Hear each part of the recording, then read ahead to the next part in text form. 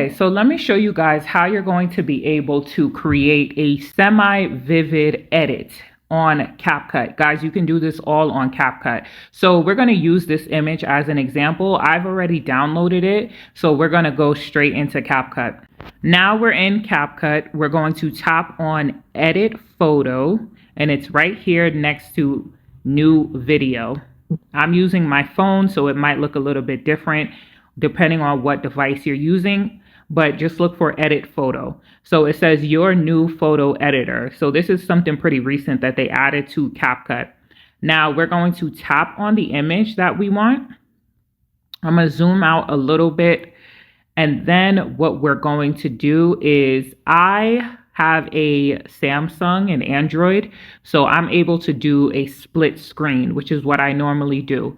If I don't know how iPhone works, but if iPhone does not have the option to do a split screen, what you can do is just look at it from a different device, or you can just toggle back and forth. So here is the CapCut edits that we're going to be doing. You can toggle back and forth from CapCut to ChatGPT if you're not able to do split screen. And then another thing that you can do is you can just use a second device if you can't do split screen.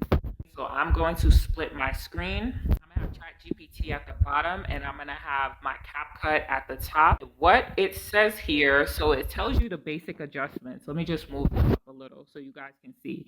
It shows you the basic adjustments. So we asked for brightness, contrast, saturation, highlights, shadows, temperature, tint. Then we did the detail section, the HSL. This means highlight, saturation, and light. I'm going to show you guys how to do that.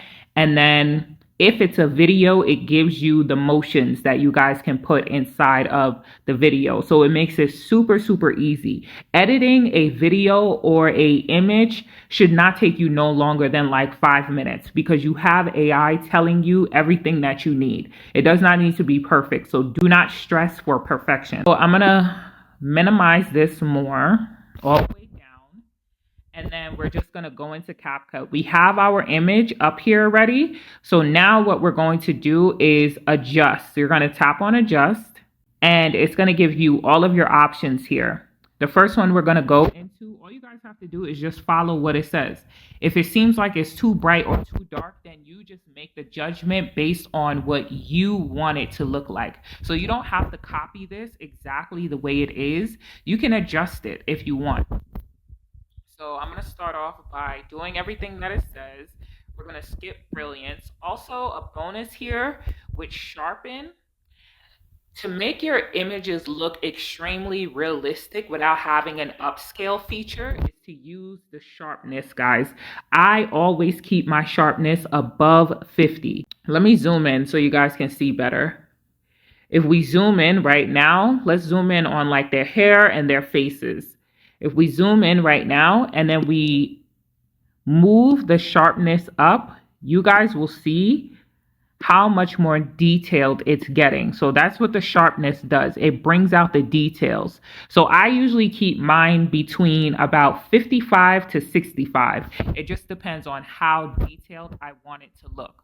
Then we're going to go into highlights. This is so easy, guys. All you have to do is just follow what it says.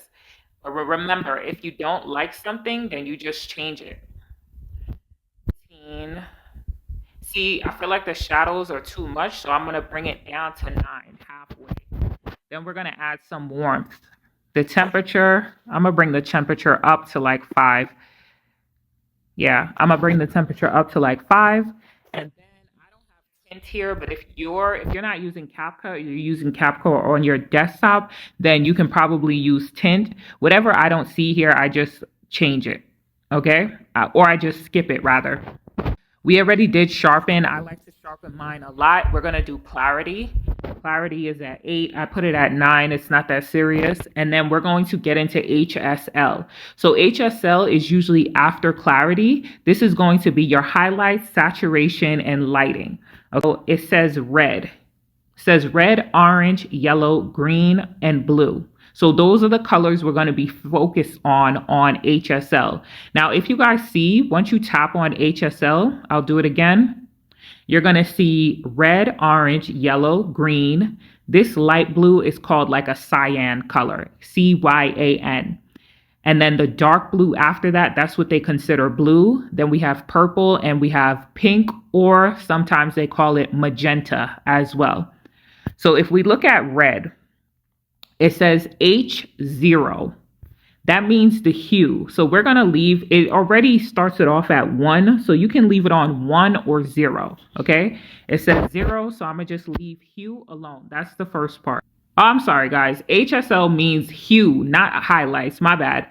HSL means hue, saturation, and lightness. My bad, guys. So we're going to leave the hue alone. Okay. Even though it says 0, 1 is not that bad. S is for saturation. So that's going to be +4. So this second line here where it says saturation, if you move it up, that's positive +4. And if you move it down, that's negative. So we'll say -4. So for us, it says red is saturation +4. So we have that. Then we're going to look at L, which is the lightness. It says it wants us to go up by 2. So we're already on 1. We just got to go up by 1. Then we're going to go switch to the orange. When you look at the orange for the skin, and this is super important to keep the skin looking realistic. For hue, H, it says -2. So we're going to go down 2. S is +4. And L is +6. Then we switch to yellow.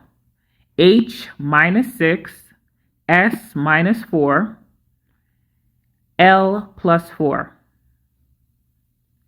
Green, this is going to be for the grass, okay? H -8, I put it at -9. I don't really care if it's exact as long as it's in the range. S is +10, L is +6. Then the last one, we're going to go to blue. H -4, this is going to be for the sky.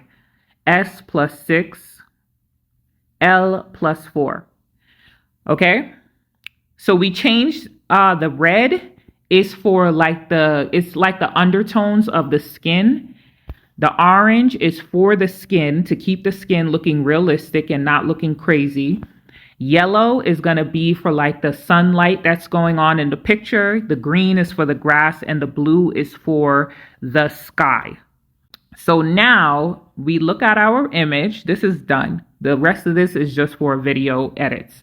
We're going to look at our image and we're going to see, does anything need to be changed? If you feel like the skin is too orange, what I usually do, and I'm going to zoom in quickly, is I will go to contrast, right? And I'm going to bring, it says it's at 10. I'm going to bring the contrast down to 5.